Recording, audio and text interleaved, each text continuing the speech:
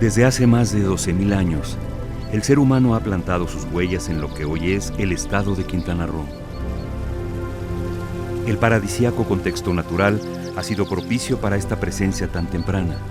Cuevas, cenotes, selva, manglares y mares son en conjunto condiciones favorables para asentarse, para cultivar, para hacer la vida. Las evidencias prehistóricas encontradas nos llevan a sencillas hogueras dejadas en cuevas, que al paso de los siglos quedaron cubiertas por las aguas, en lo que hoy son fondo de cenotes. Del tiempo de estos primeros pobladores pasaron unos 10,000 años para que emergiera la civilización maya.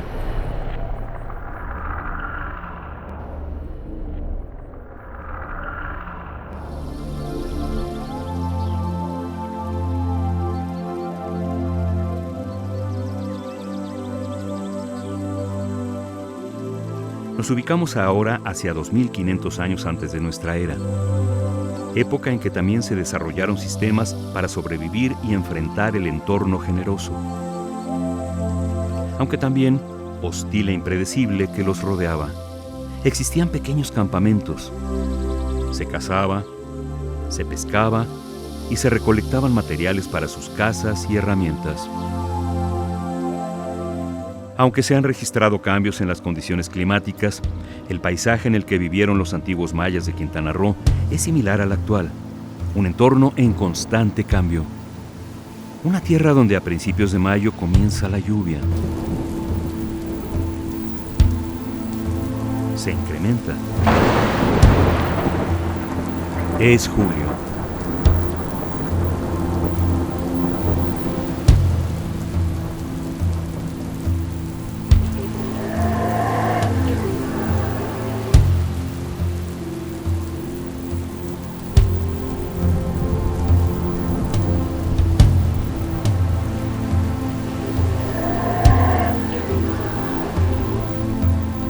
Se interrumpe un mes más tarde y entonces el sol quema. Se marchita el campo y el aire arde. Es la canícula.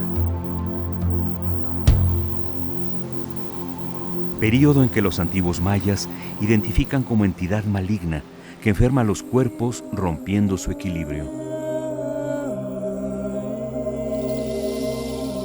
En septiembre, las lluvias y los huracanes están en el cielo.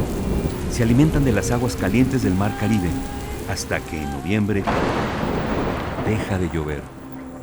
Se acerca el tiempo de sequía y de incendios. Un ciclo interminable que durante siglos repite su incansable ritmo. Para los mayas, el mar fue y sigue siendo la primordial fuente de vida de la región. Se desplazaron por él para llegar a toda la periferia de la península de Yucatán, inclusive a zonas lejanas a través del Golfo de México y, tal parece, a otros confines de América del Sur.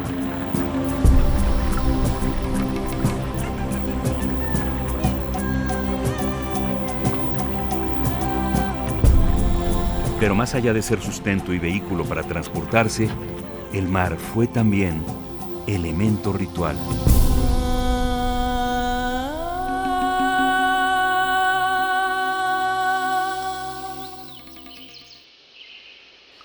Muchos años pasaron, siglos, para que los sencillos asentamientos de los mayas tempranos se convirtieran en ciudades,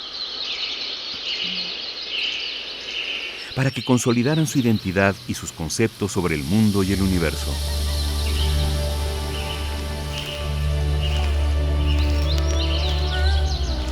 Hoy, gracias a las investigaciones arqueológicas, sabemos que a partir de 250 años antes de nuestra era, ciudades como Sibanché, Ixcabal y Cobá ya contaban con estructuras de cierta importancia.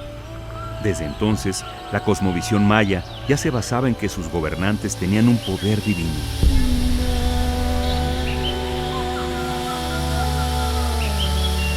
¿De dónde provenían? De una genealogía mitológica, de los dioses. Por eso tenían derecho sagrado a ejercer el poder.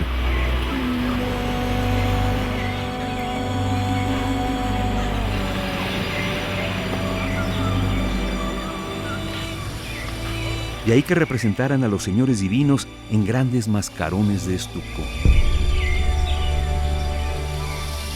Así, las dinastías divinas se convirtieron en todopoderosas y establecieron territorios políticos.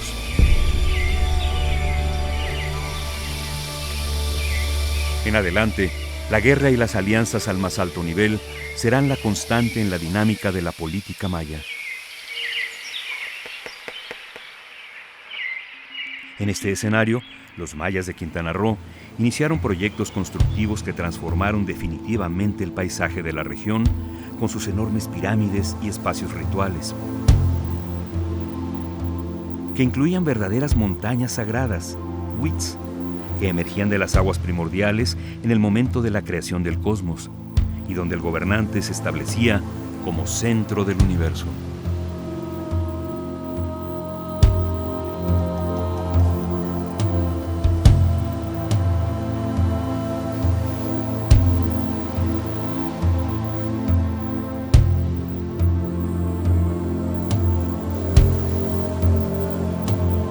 En ningún momento de su historia los mayas fueron un pueblo pacífico. Las numerosas estelas, altares, pinturas murales y cerámica dan cuenta de las sangrientas batallas y los crueles castigos a que eran sometidos los derrotados.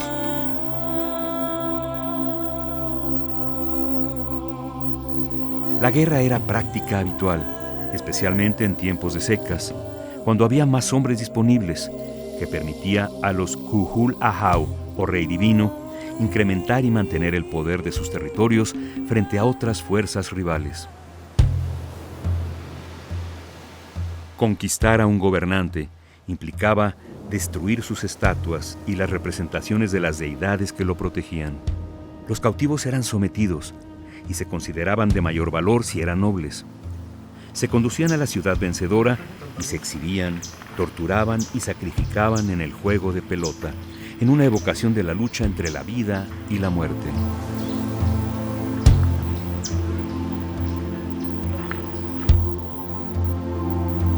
Hasta antes del siglo IX, en las guerras se evitaba exterminar a los pueblos sometidos, pues uno de los intereses era el de acumular mayor fuerza de trabajo y más productos de tributo. También se sabe que con el tiempo, las guerras fueron adquiriendo matices más dramáticos y de mayor violencia.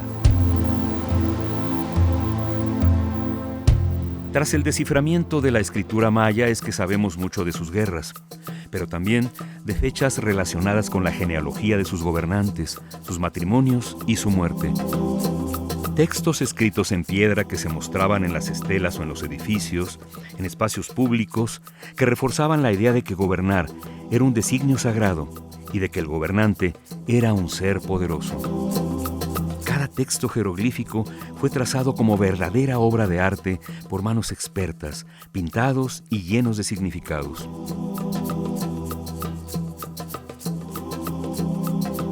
A pesar de compartir muchos elementos en común, las ciudades mayas de Quintana Roo eran muy diferentes entre sí, ya sea por el lugar donde fueron construidas, su época o los rasgos específicos de sus creaciones, pero también por las necesidades sociales y políticas que presentaron a lo largo del tiempo.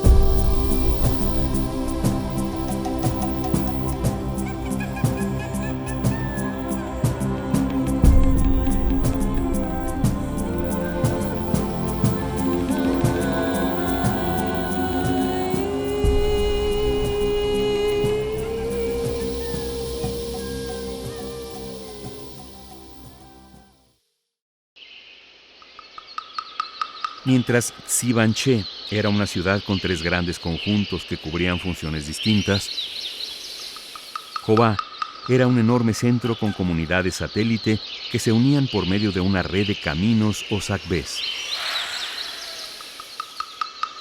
Estos enormes centros urbanos llegaron a tener hasta 30,000 habitantes, conformando una gran población que hacia los siglos VIII y IX puede haber llegado a ser de hasta 1,000,000 de habitantes.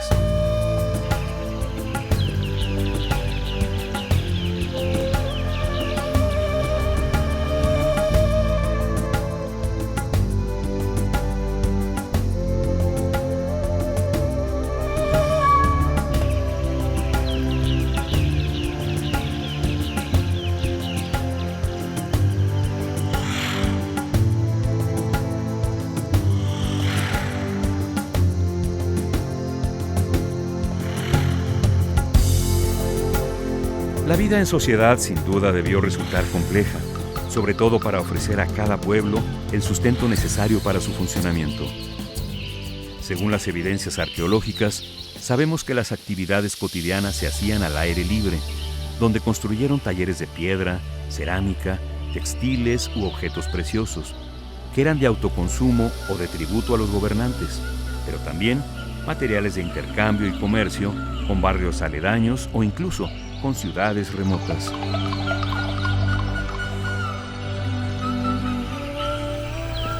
El interior de las casas, generalmente pequeñas y oscuras, solo se ocupaba para dormir.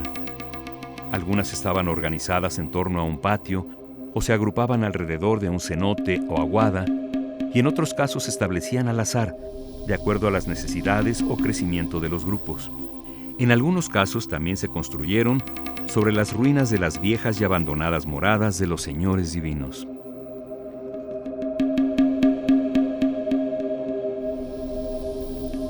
Los mayas fueron de los pueblos mesoamericanos que produjeron la mayor cantidad de conocimientos astronómicos y matemáticos, reflejado en la cerámica, escultura, ornamentos e inclusive en papel amate y pintura mural.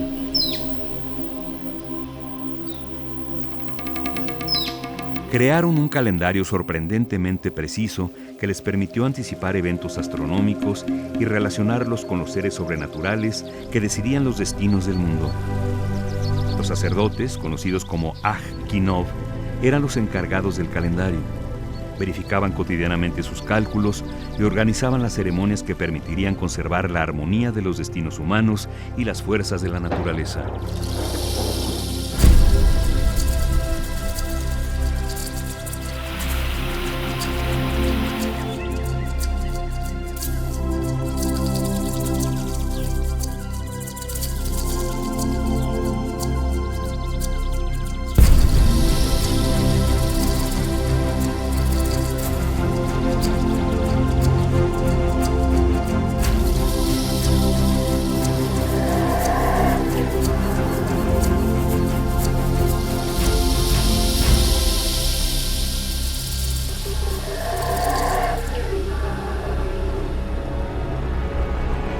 Para organizar su vida social y religiosa, los mayas conformaron dos calendarios básicos. El más importante, el ritual, actualmente llamado Tzolk'in, consideraba 260 días con 20 periodos de 13 días cada uno. En base a este calendario, por ejemplo, un ser divino decidía el destino y el carácter de las personas según el día en que nacían. El otro calendario, llamado Ha'ab, consideraba 360 días con 18 períodos de 20 días, más 5 días sin nombre, en los que podían ocurrir hechos aciagos. Este calendario incluía el valor 0 para el cómputo de los días, lo que representó un enorme adelanto matemático. El complejo sistema y cálculo sobre el tiempo consideró que estos dos calendarios coincidieran una vez cada 18.980 días, o sea, cada 52 años. Un periodo emblemático que es también significativo en calendarios de otras culturas mesoamericanas como la mexica.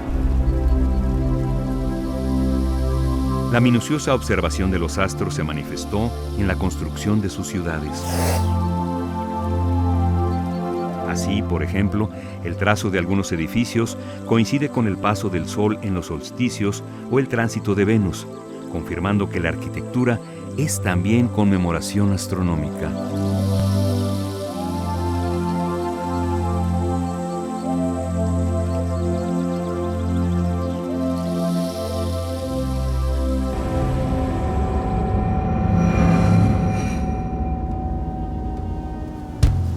Un hombre maya común y corriente de alrededor del año 600 medía más o menos 1,60 y las mujeres 1,50, considerados de baja estatura para los estándares actuales, pero normal para las condiciones mundiales de esos tiempos.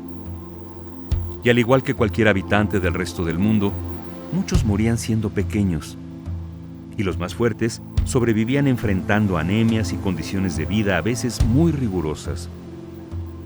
Los restos humanos encontrados en muchos sitios mayas muestran que las mujeres tenían fuertes desgastes óseos en la espalda relacionados con el uso del metate, en tanto que los hombres sufrían de fracturas, osteoartritis y otros males asociados a largas caminatas o la carga de materiales pesados. Por su parte, los miembros de la nobleza llevaban una vida placentera y lujosa, aunque no exenta del peligro de resultar herido, mutilado o aún tomado prisionero para el sacrificio en una guerra.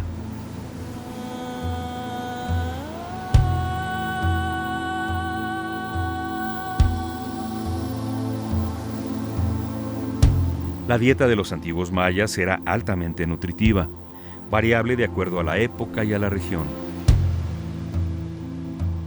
Las madres mayas amamantaban a sus hijos quizás hasta los 4 años, y los adultos incluían en su alimentación diversos productos encabezados por el maíz.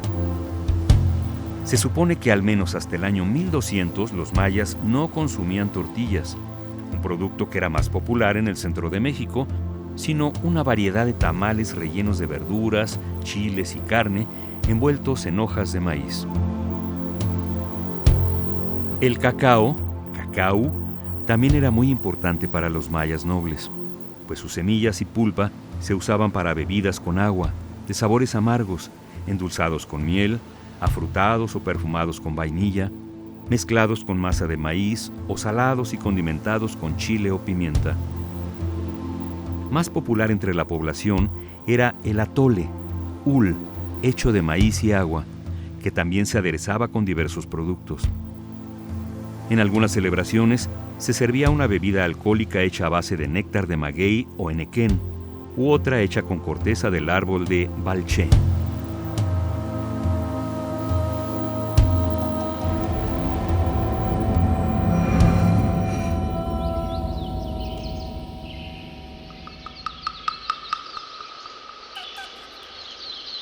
Para los mayas, el mundo fue creado el día 11 de agosto del año 3114 antes de nuestra era, cuando terminó un gran ciclo de 13 bactunes o 5200 años y dio inicio a una nueva era de igual duración que concluye el 23 de diciembre de 2012, momento en el que se inicia un nuevo periodo.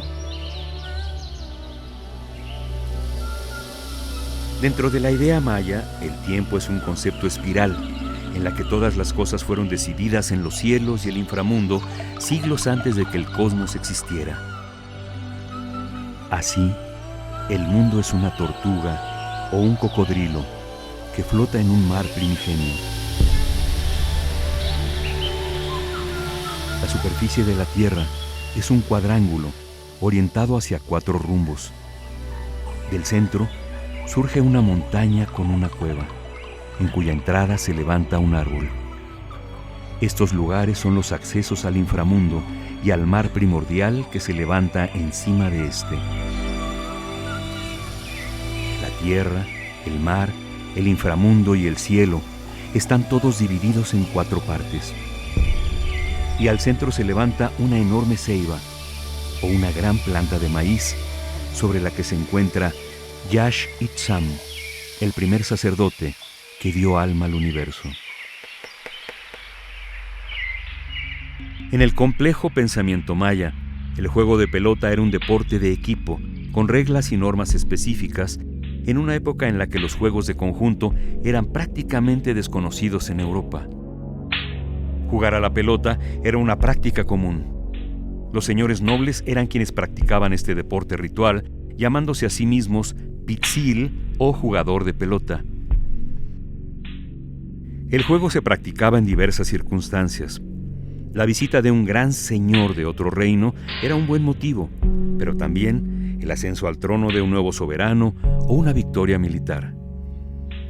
Pero este juego no era un simple deporte, era un asunto que implicaba la perpetuación del poder real y la comunicación con el otro mundo. En su práctica se representaba la creación del mundo. Era el lugar de enfrentamiento del inframundo con el mundo superior, donde el tiempo se regeneraba a través del juego y la muerte ritual de los cautivos. Las divinidades mayas fueron las responsables del origen de la creación del mundo y el universo. Por ello, personificaban a los cuerpos celestes y eran las responsables de los fenómenos de la naturaleza. Para que se mantuviera el orden del cosmos, el dios viviente, el Cujul Ahau, tenía que realizar ceremonias.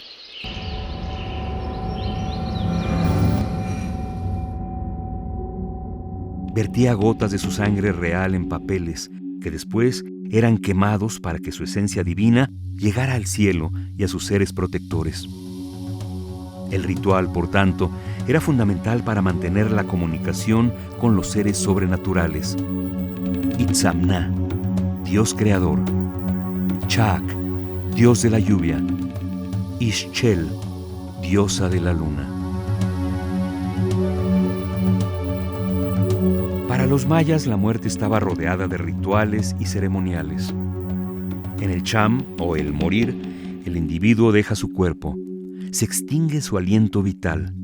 Entonces, el muerto entra al inframundo, un camino lleno de obstáculos que puede cruzarse a pie, bailando o remando para sumergirse en sus aguas. Este lugar, el Xibalbá, es oscuro, frío, poblado por seres tenebrosos.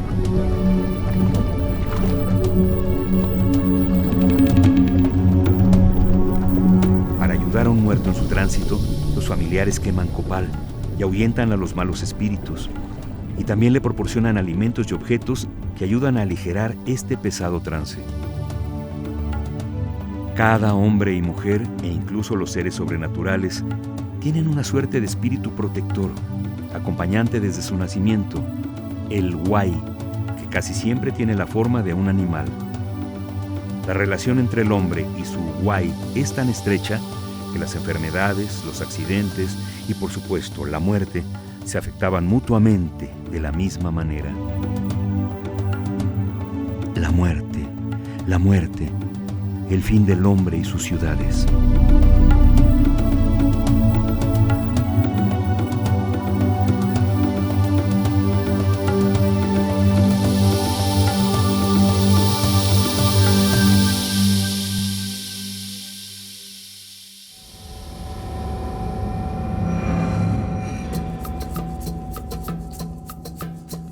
Hacia los siglos IX y X se dieron no uno, sino varios colapsos en ciudades mayas de Quintana Roo. Por una parte, se presentaron crisis medioambientales con escasez de alimentos.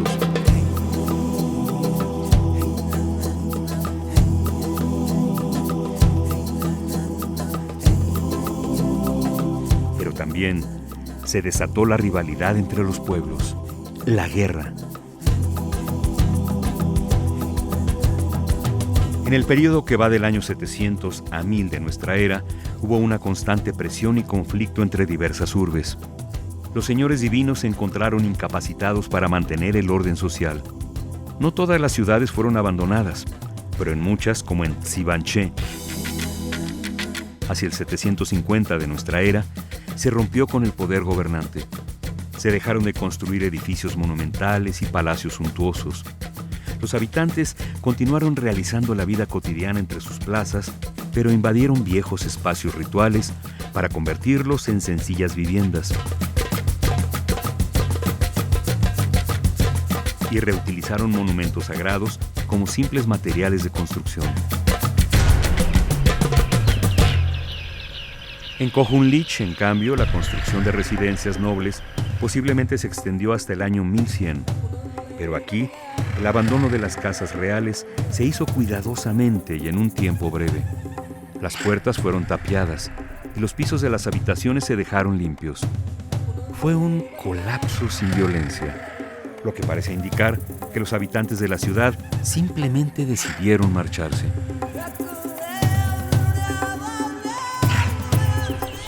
Mientras tanto, en el norte de Quintana Roo, hacia el siglo X, Cobá competía con la poderosa ciudad de Chichén Itzá por el control de regiones y recursos. La tensión generada entre estas ciudades generó guerras y el rompimiento de las alianzas.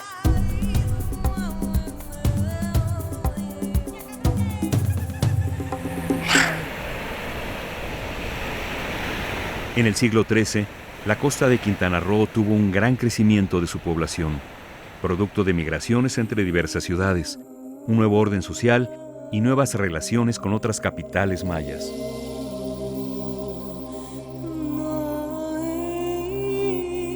Es en este tiempo que los arquitectos de la región perfeccionaron un estilo constructivo propio que hoy se le nombra el estilo Costa Oriental, caracterizado por el uso de templos en miniatura, pequeños adoratorios dentro de uno mayor, edificios con muros intencionalmente desplomados, así como palacios con columnatas y techos planos que sustituyeron a las cubiertas abovedadas, características de edificios mayas de épocas anteriores. La decoración de los edificios de esta época incluye nichos sobre los dinteles de las puertas. Casi siempre abrigan la representación en estuco de un dios descendente. También adornaron las paredes de sus templos con complejas pinturas murales vinculadas al tema del paso de los seres del inframundo a un mundo intermedio, donde se une lo humano y lo mítico, y en donde astros como Venus y el Sol tienen papeles protagónicos.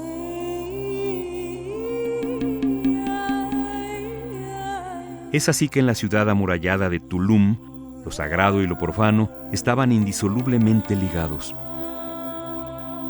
Espacio de dioses, pero también centro de actividad comercial, centro político y, sobre todo, centro ceremonial.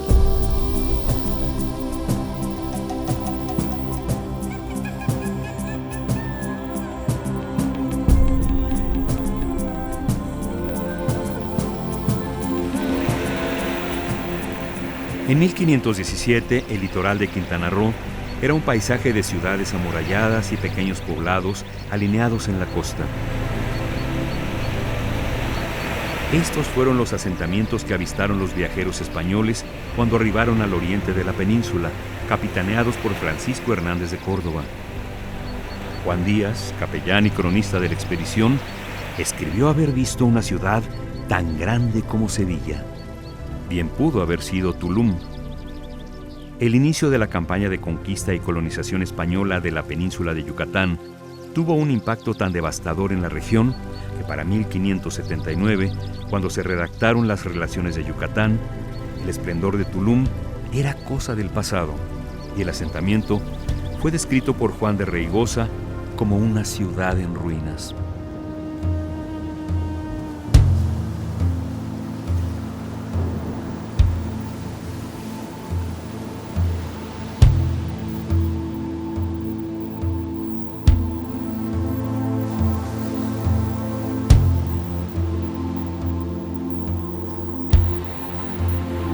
La antigua civilización maya dejó vestigios de su grandeza en piedras, pinturas y cerámicas, pero su pensamiento trascendió más de 5 siglos.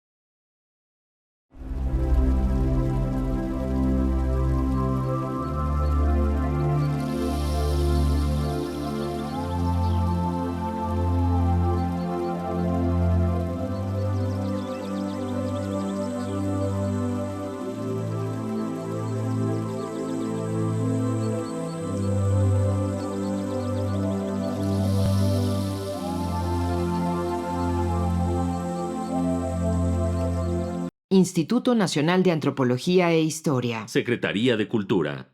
Gobierno de México.